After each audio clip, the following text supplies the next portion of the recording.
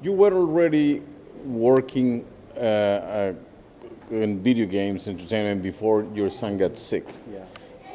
Well, no. No? I mean, that was during the same period of time? Yeah, so before my son got sick, I worked in healthcare. I made applications for electronic medical record systems and scheduling systems and things like that.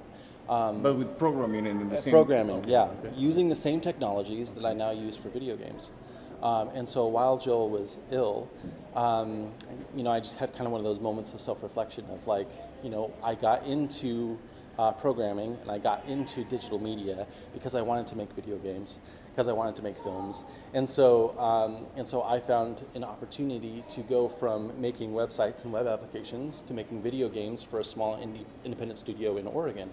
And so I spent a couple years making games for them before going fully independent and starting our project with That Dragon Cancer.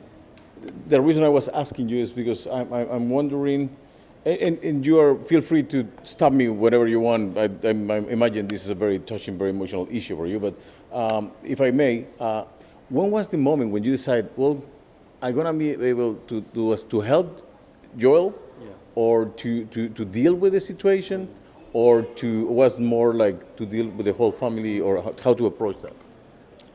Making a video game was not originally something I thought about doing to deal with Joel's illness. But Joel's cancer came back the first time, and they told us that they couldn't cure it. And so they told us that he would die, and he didn't die. He lived for many more years. And so a few years into our experience with Joel and realizing that he hadn't died, we thought we maybe were witnessing a miracle, and we wanted to document it in a creative way, like just document our hope and our faith and the struggles that we were going through, and those moments where we felt helpless and afraid, and those moments where we felt encouraged and hopeful. And we wanted to do that, as we were walking this journey with Joel.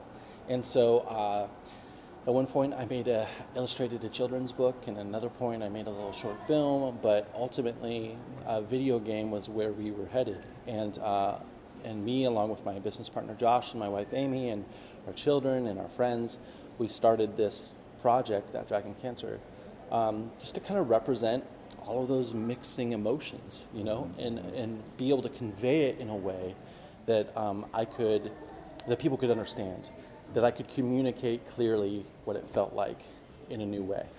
Do you think now the purpose is that project will help other families with this, going through the same, or share experience, or what is your expectation?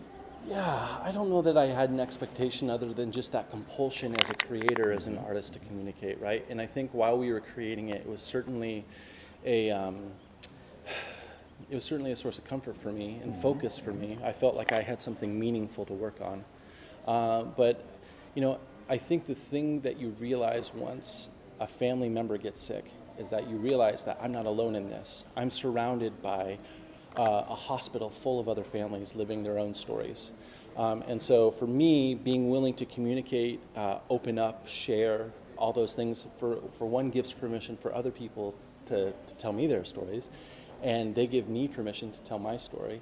And so ultimately I feel like we're a little less alone.